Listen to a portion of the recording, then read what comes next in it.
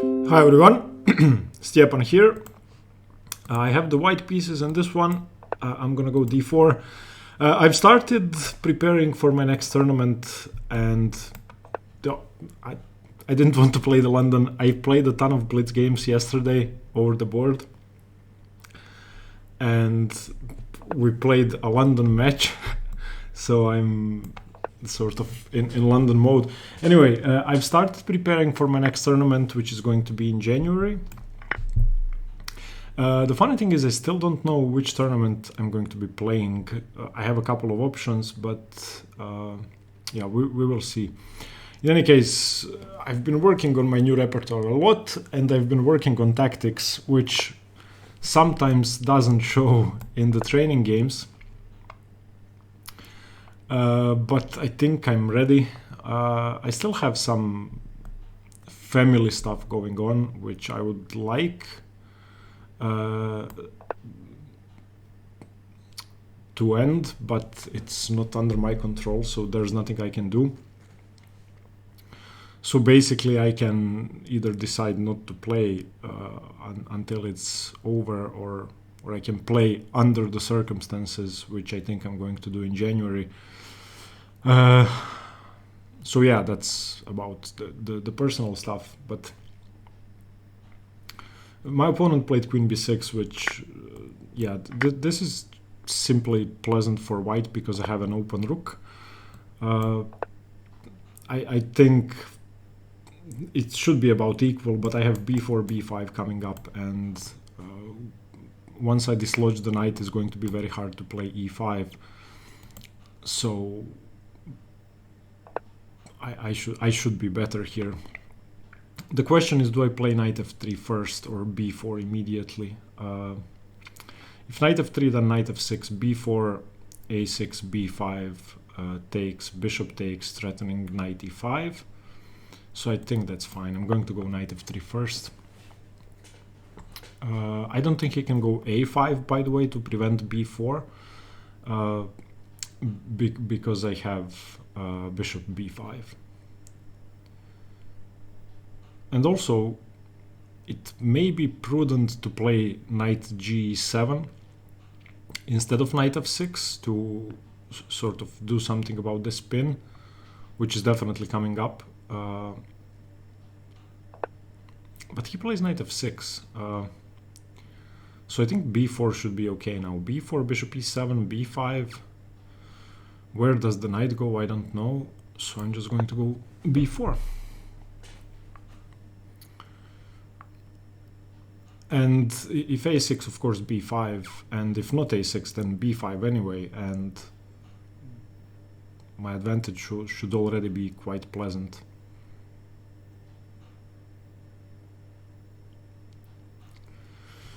The bishop is blocked from the defense of d7. And I don't know what he does, really.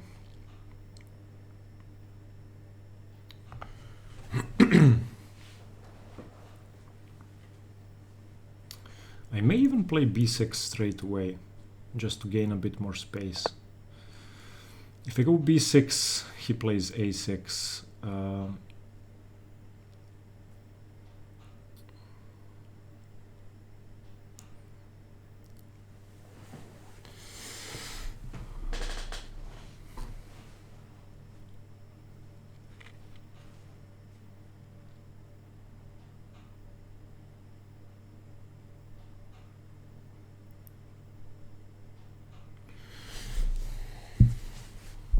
I'm not sure about b6 because I give the knight the c6 square back. So unless I have something concrete like b6, a6, bishop a6, ba6, b7, which I may well have, b6, a6, bishop a6, if rook a6, then rook a6, ba6, and I don't have anything. So if he takes with the rook,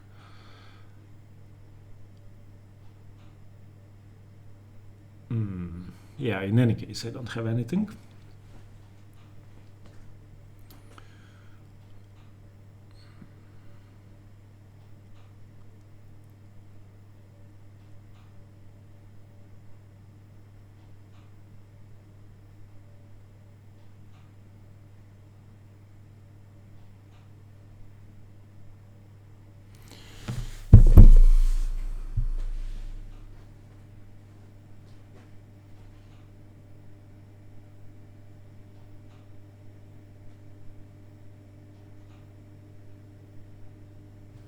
Okay, so I'm just going to develop my pieces for now.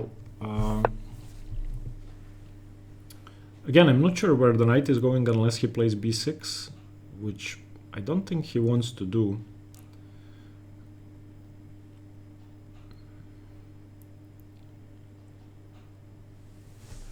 So I don't think I have anything concrete, but I should have a better position.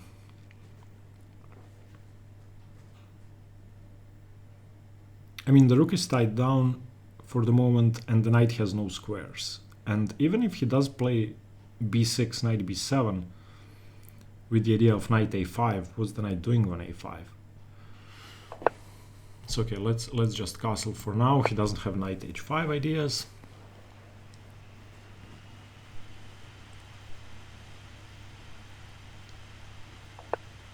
He does play b6. So I think it's time to start putting pressure on the a7 pawn with rook a6. Rook a6, knight b7. Rook fa1, knight a5, b4. Should be okay for me.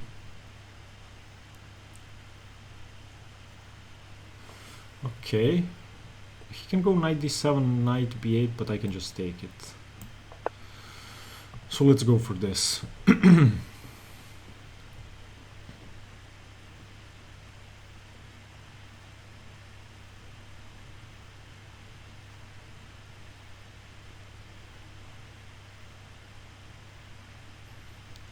I don't think he should have played b6. This is a very weakening move. It gives up the a6 square and gives me this blockade, which he's not going to be able to lift anytime soon.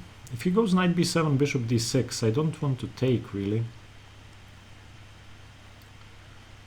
But I sort of have to take.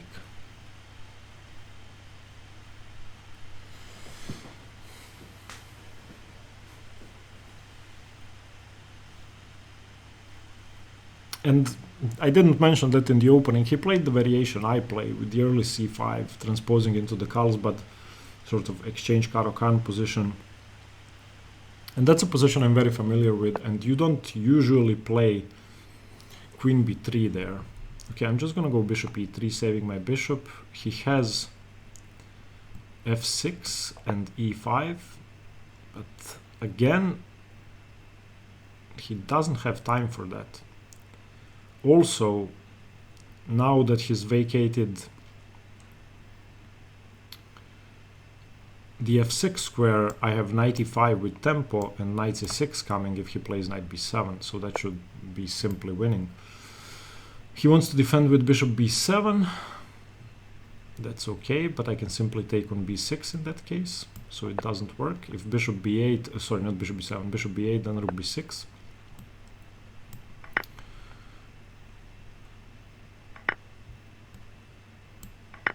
I need to watch out for bishop h2, winning my rook. I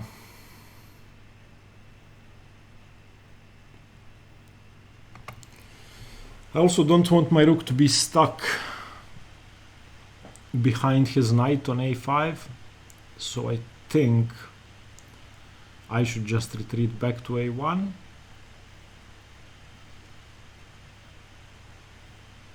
And look forward to something like knight e5, knight c6. Okay, I'm playing rook a1. I don't want any tricks with bishop h2.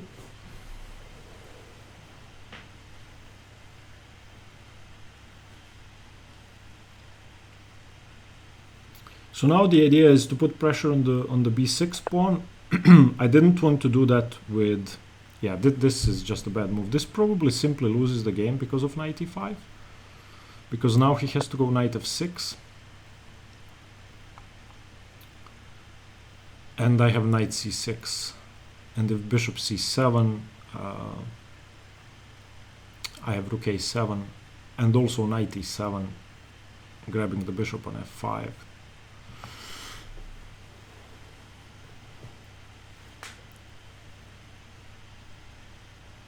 Also, I could just go knight d7 and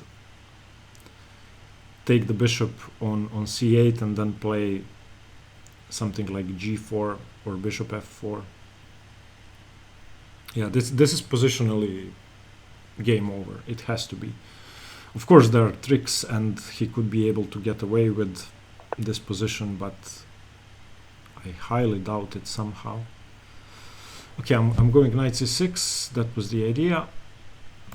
I know I'm giving away the e4 square, but there's basically nothing I could do about that, because he has two knights and the bishop on e4. Of course, given the opportunity, I'm going to play f3 later. Okay, so I don't have to react to that. I can simply go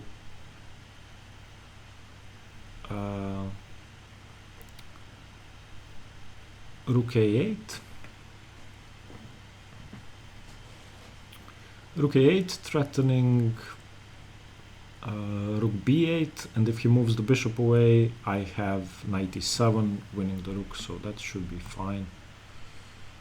If he takes on d2 first, I don't really care about that. There isn't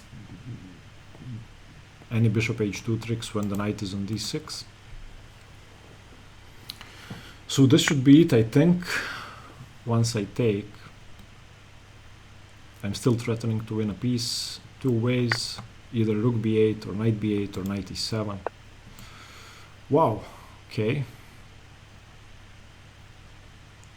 I think bishop f4 just wins.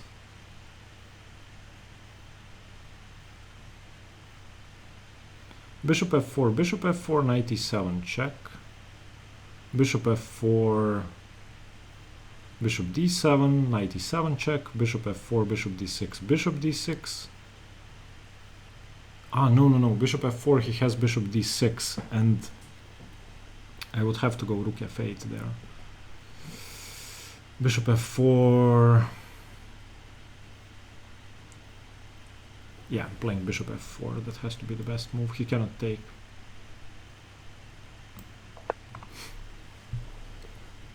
He was threatening bishop takes h2 again, so I had to be careful.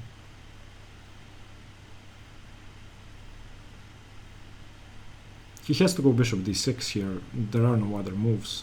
But then I have to go rook f8. And he has to take back with the bishop, and then I have bishop c7 winning the pawn on b6. So, bishop d6 only move, rook f8, bishop f8, bishop b7 should be winning another pawn and the game.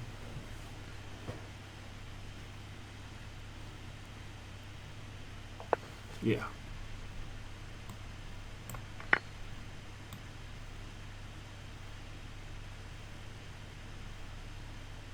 I mean, he could take with the king. Ah, he takes with the king.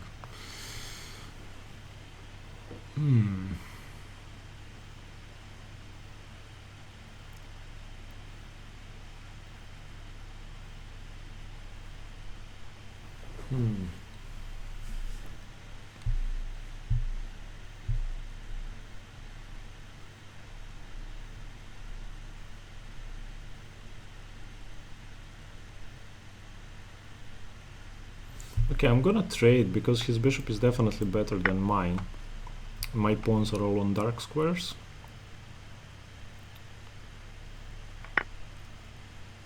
So now he could be threatening bishop c2 and bishop a4.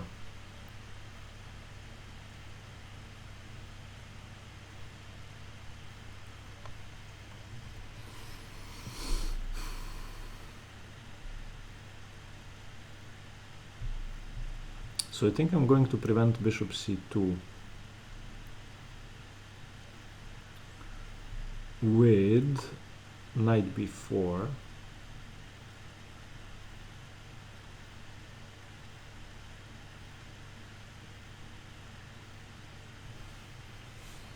Okay, knight b4. I need to prevent bishop c2.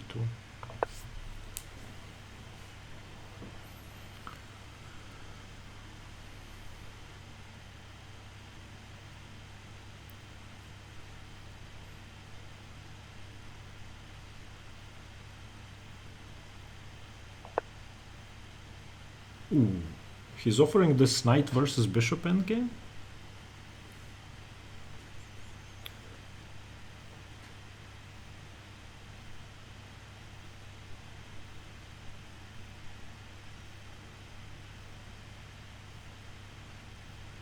Well, if he isn't going to play e5, and he isn't, this should be winning for me.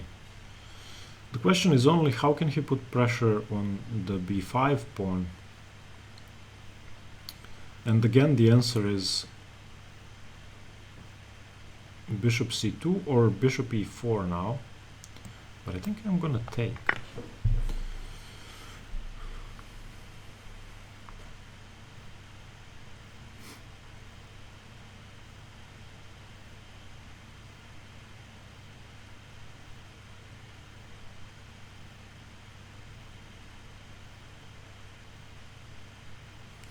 As long as my knight stays on b4, it covers, these three squares are covered and c2 is covered, and that's very important. So once he takes, he could go bishop e4, bishop b7, bishop c8, bishop d7. But I think that's kind of slow, and also I could simply play f3. I don't know what he's thinking about here. He has to take.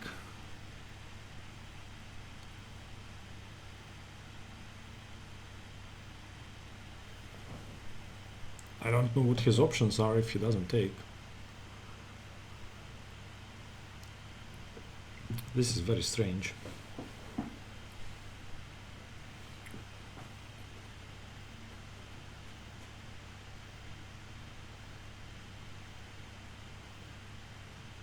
Okay, I don't know what he's thinking about. Do I play f3 restricting the bishop some more? But then he has f6, e5. But as soon as he plays e5, I have knight d5. Am I really afraid of bishop e4?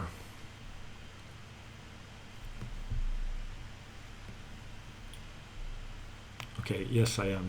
I don't want to allow bishop e4. When it's knight versus bishop, you have to restrict your opponent's pieces as much as possible. Or your opponent's bishop, excuse me. So again, this is what makes me happy. His king has no entry points.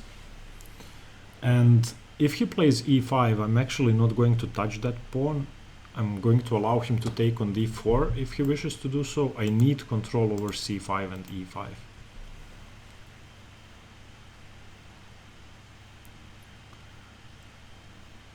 So if he plays e5 now, for example, I'm going knight d5.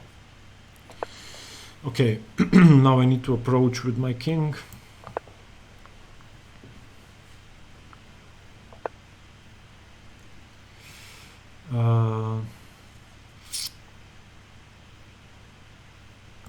Okay.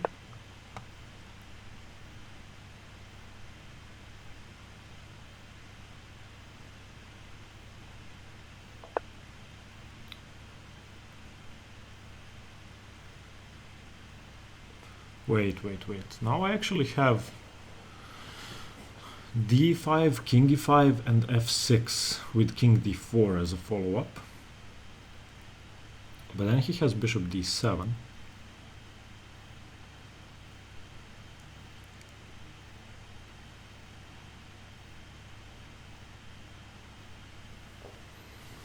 But then I can take on c4.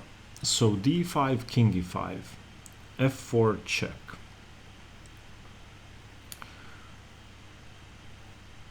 King c5. Ah, he has king c5 in some positions immediately. So d5, king c5. But that should be good for me. d5, king c5.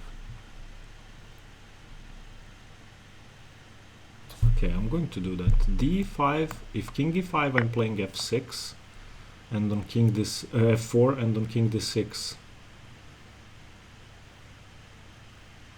I'm playing king d4.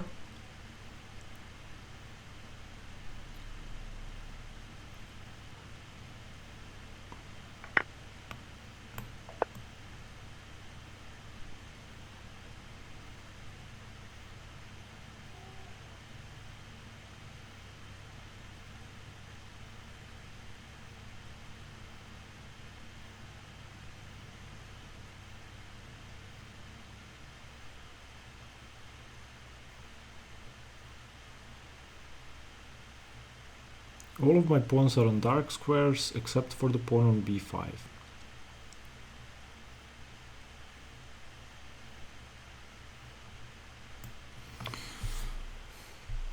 I think he has to play king d6. I don't see why he would go to e6. Because if he goes to e6, I just have king d4 next. And if he goes to f6, I have king d4 and knight d5 as a follow-up. So he has to play king d6. Yeah.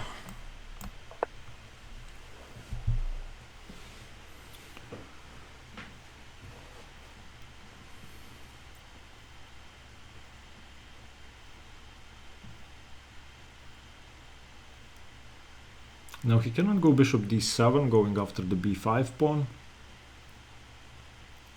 because I take on c4, and my plan is very simple. I'm gonna go, yeah, now I go knight c2 and knight e3 and I win the pawn on c4. Man, I love knight versus bishop endgames. This is my favorite endgame. And I, of course, if I have the knight. Bishop d5 does nothing, I just go knight e3 defending the pawn on g2. And once he moves the bishop, I take with check.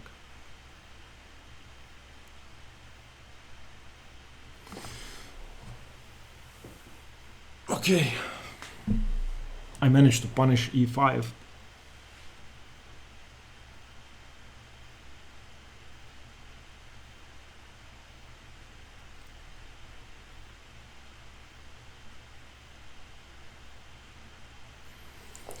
Yeah, this is probably resigns. I don't know, he's inevitably going to lose the other pawn.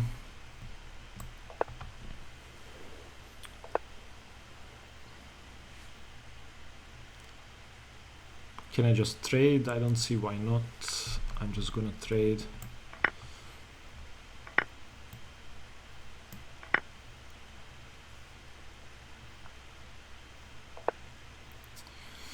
Okay, now how do I gain more space? I want more space. I'm not sure I want to go b3, but if I go b3, I can go king e5.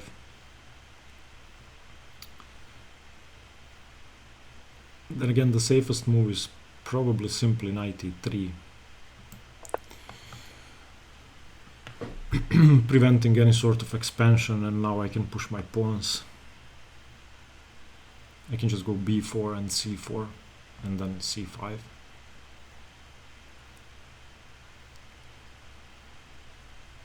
Also, I'm just threatening knight d5 now, pushing the king farther away.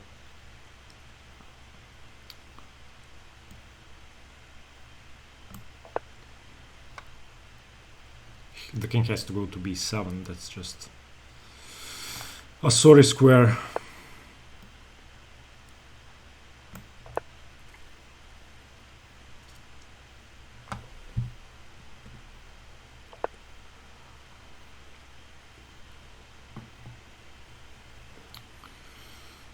Okay, let's go c4. I'm not afraid of h3.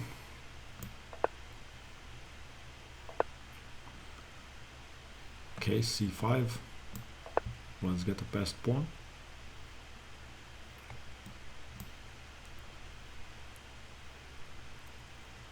Or actually two connected passed pawns. Wow, he gives up the pawn. Ah, he has bishop e8 there. If knight b6, bishop e8. Knight b6, bishop e8.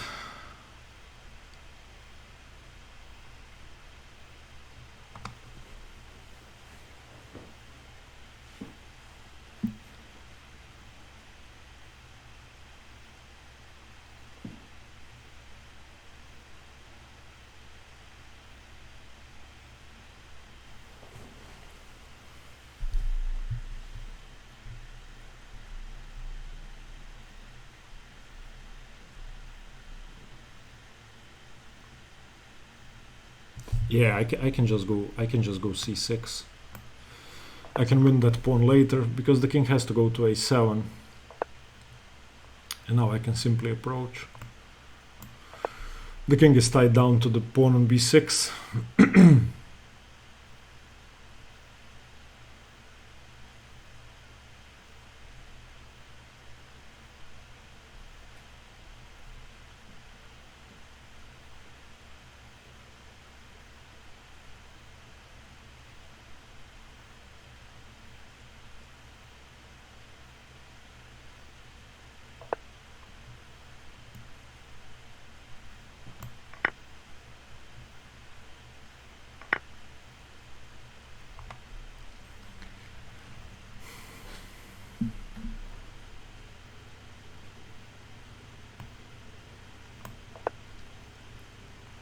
He doesn't have bishop g6, bishop e4, because I have knight f4. Or, as he wants to do it, bishop f3. I think I'm just gonna make a queen. The question is, do I play king d7 or c7?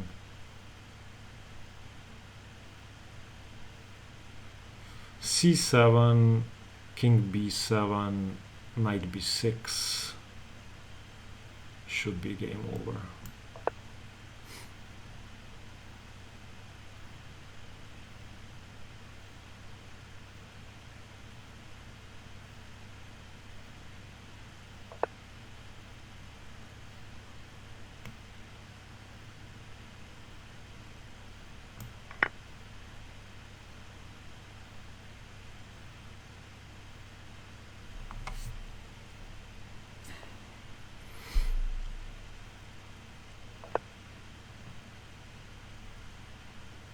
He's going for the pawn endgame. Wow.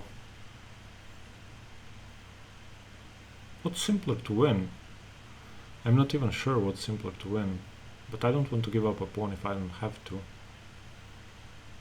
So I'm just gonna go back to d5.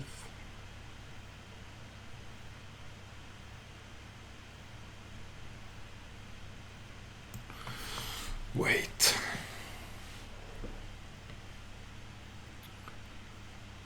c8, queen, bishop c8, knight c8, king c8, king c6, king b8. Yeah, okay, I can just go for the endgame.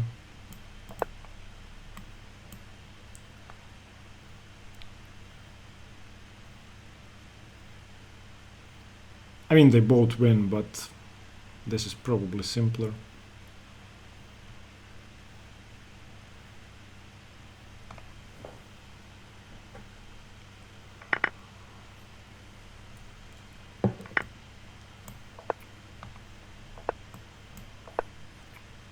This is just simple opposition.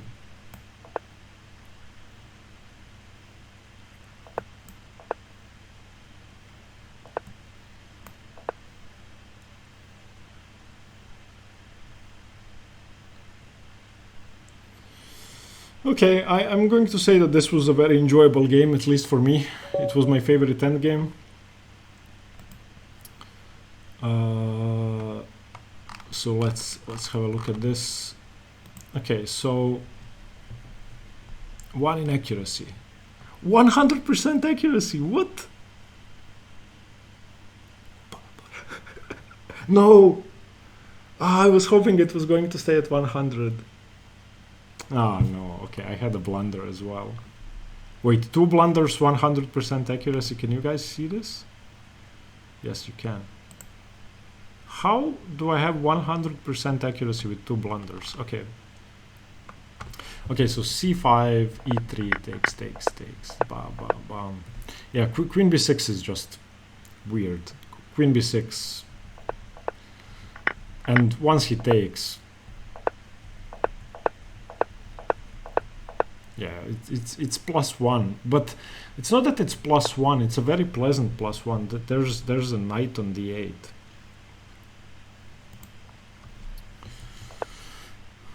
Wait, let's see b6.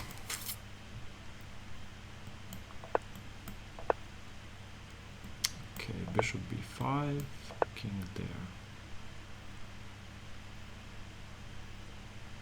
Why would I give up the c6 square? I'm guessing bishop e2 is okay. Yeah, b6 is just a blunder. +4.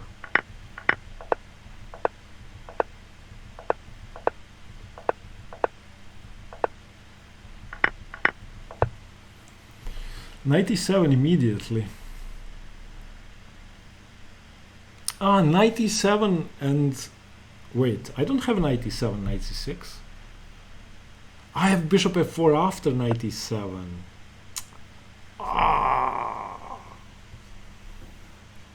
Come on. Yeah, because then he doesn't have king f8. Yeah, this now simply wins a piece. Because he doesn't have bishop d6, the rook isn't defended. Let's see the endgame. Wait, knight c6? Okay. King f2 draw.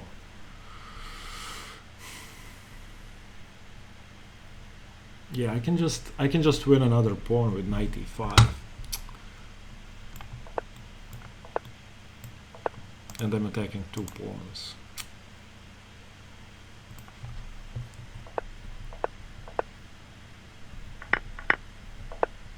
Yeah, after this, I'm back to winning.